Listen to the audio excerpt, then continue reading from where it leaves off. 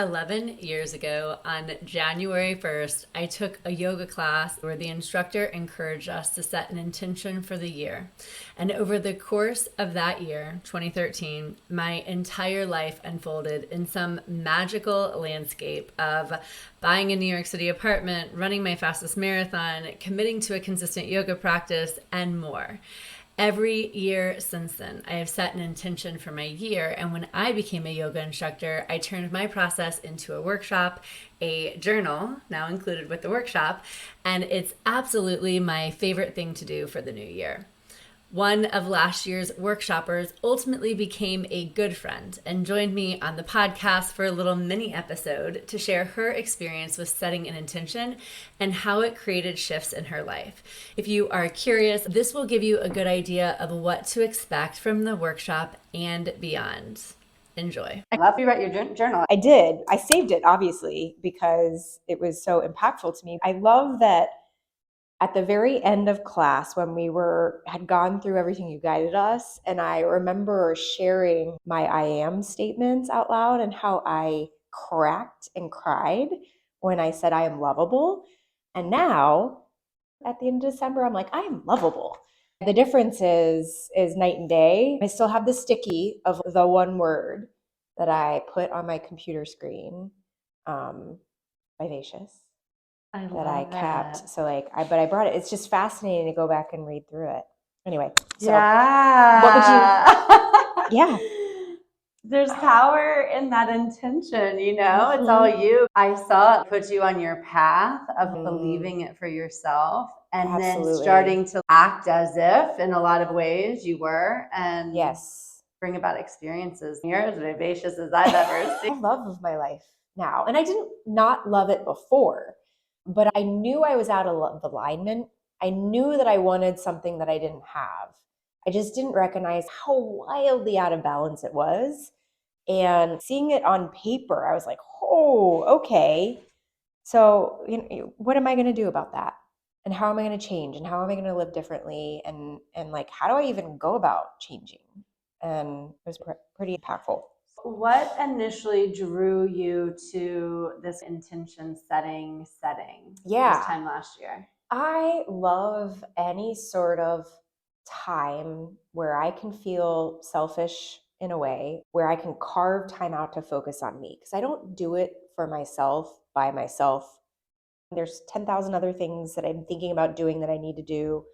And so for me, while it may seem initially selfish and I'm guilty for taking the time away, I also know I need it for me to be in a space where I'm carving away all the distractions and I'm able to focus on analyzing where I'm at in my life and where I want to go. I think that that's super important, because I might get where I want to go eventually without doing the work and setting the intention and taking the time to think about it. But I also may not achieve half of what I want to achieve. Leveraging resources, coaches, friends, therapists to get that kind of extra help to just even bring awareness to a resource that I may not have known about. It's intentionally taking a pause. You have all the answers within you, but how often do we stop and dig in a little? Yeah. So this year you had a lot of transformation. Yeah. Throughout that, how did your coming back to this intention, this lovable, vivacious, how did that ground you for some of the change, or ready you for some of the change, or did it at all? It was something that I set like the wallpaper on my phone too. I think I still actually have the exact same wallpaper. I radiate love. I experience love. I am love. I feel loved. I am lovable. Just having that constant reminder every time you look at your phone, even though I may not read it every single time I look at my phone, it just reminds me that's the thing that I was a 1 on in my life, was love, romance, right? Everything else I was 6 to 10s on in terms of where I was and how I felt about my life. And that kind of out of balance just made me realize that's what I need to focus on. I'm good everywhere else. I don't need to keep focusing on my career. I don't need to keep focusing on fitness. Like, yes, it's okay to have goals on those things, but I'm already good where I'm at. But right now, what I need to focus on is love in my life, and be love. Like, get love out there, because the more you put out there, the more you attract. And so I just kept reminding myself and saying, like, I am lovable. And the more I said it to myself, those positive affirmations, the more I started believing it. And I try to make sure that when I'm out there in the world, that I am radiating love and that I am giving love out into the world to family members who may try my patience, to my friends, to strangers who, whether they're having a bad day and or not, right? I just try and embody that. And I've gone on, a dating journey to find love, and I have been so proud of myself for the progress I've made, and I'm still searching for love if there's any single guys out there. But I am just so proud of the progress I've made and everything I've learned in those relationships and how I continue to show up. I love that you're able to feel that love and then taking the small steps in the direction of how you want to feel. I just had met you. It might have been another yoga class, but I literally think you dropped me off on my one wheel. You're like, oh, I'm heading from the yoga studio to meet someone on a date. The Don Cesar, I'll drop you off. I was like, oh, perfect. Just give me the Don Cesar and I'll one wheel the rest of the way home. Where you were always taking those small steps. I don't think that I ever knew a version of you that wasn't, but then embodying this way that you want to feel, I think was maybe what shifted. It totally shifted it because I never approached it like, how do you want to feel? I never had approached it before. It always been like, I want to find someone to date. When I changed to focusing on how I wanted to feel, it was more about, how do I feel around this person? How do I want to feel around this person? Do I feel safe? Do I feel love? It became less about them and more about me, and allowed me to really, on my dating journey now, in a way, like every person I meet, I truly believe is getting me closer to finding the right person for me. And I'm learning something from each and every one of them as I look to set intentions for 2024. Like, how do I want to feel? I love how I'm feeling today. Like, I feel great today. I feel amazing. Yes, not everything's been amazing. I've gone through hard times. I've had really tough breakups, but like, I know I'll get through it. I love that it puts you in the driver's seat of feeling how you want to feel and not someone else with the keys to like unlocking that. And I think that that's what's really powerful. I've used a couple different words. One of the words I've used is energized. And what can I do today to feel energized has nothing to do with anyone else. It has to do sometimes with the people I hang out with, and it forces me to come back to what am I trying to do here and what is going to give me that energized feeling. And it allows you also to change your answer day to day. So if going for a run is going to energize me today, tomorrow hanging out with a friend might. And I like the fluidity of choosing a word or an intention or a mantra for the year, because then future you gets to figure out what it actually looks like. When you're out living your life, you just get to feel the way you want to feel. Yeah, absolutely. You talked about alignment and being out of alignment. What feels in alignment today? I feel like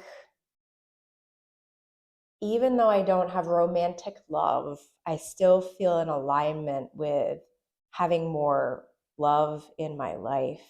Like, my family just left this morning. They were here for the holidays, and we just had the nicest time. Like, so much fun.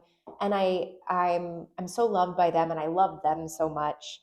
And by focusing more on one thing where I was completely out of alignment, I took a lot of pressure off the other things to fill that space that I didn't even realize was a space, if that makes sense. I've always been career driven and dedicated my job and working extra hours and fitness. Like, I love to work out, but maybe I overdo it. I didn't realize, again, until your workshop, that how like completely out of whack I was. I knew it because I wasn't going on dates. I wasn't finding love, but I didn't realize it until it stared me in the face and was like, all right, that clearly I need to spend some time on that. So I'm very much more about respecting my boundaries, and I'm filling my time with other things that I do love. I recently took an acro yoga workshop, which reminds me of the gymnastics I used to do as a kid that I loved. And so I'm finding love there through that. Just doing things that I love to do that remind me of being a kid and that bring me joy. It makes it so much easier to not be hyper focused or default to the thing that I've always been comfortable defaulting to, and putting myself in more uncomfortable situations to grow in those areas where I want to. What does the word vivacious mean to you? Yes, I had so many words that resonated with me, but vivacious is really about being lively, being magnetic, being electric, while also feeling understood and secure. So there's an underlying confidence with being vivacious that I was also looking for that I didn't necessarily have in myself.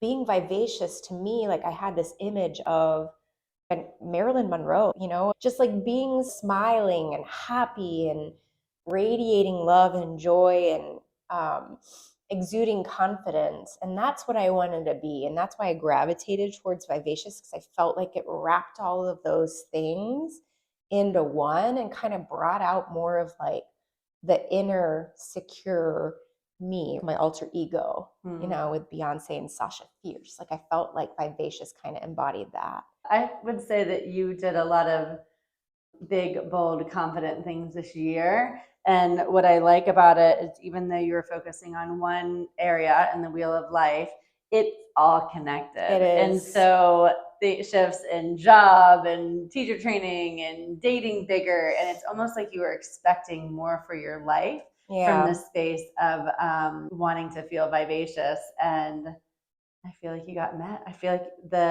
the year rose to the occasion to meet you and kind of those big, vivacious, confident, bigger than life. Yeah, I was able to really have some of those big, bold moments this year to level up to what I envisioned for myself and back to how I wanted to feel. This was awesome. I know you're joining this year on the virtual workshops. I'm really excited.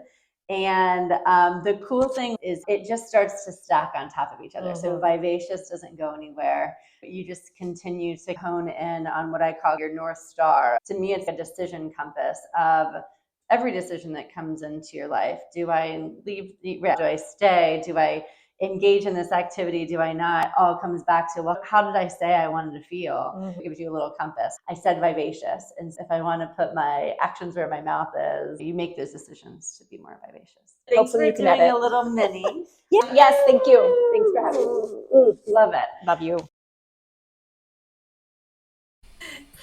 If this podcast episode sparked interest in my New Year's intention setting workshop, I hope you'll join us. This year, I'm offering so many opportunities to join as I guide you through the intention setting process. I'm offering live virtual on December 30th and also an on-demand session that you can do on your own schedule. I'm also offering it in 3 separate yoga studios. If you are someone who needs to be in person, you can find those studios in my show notes.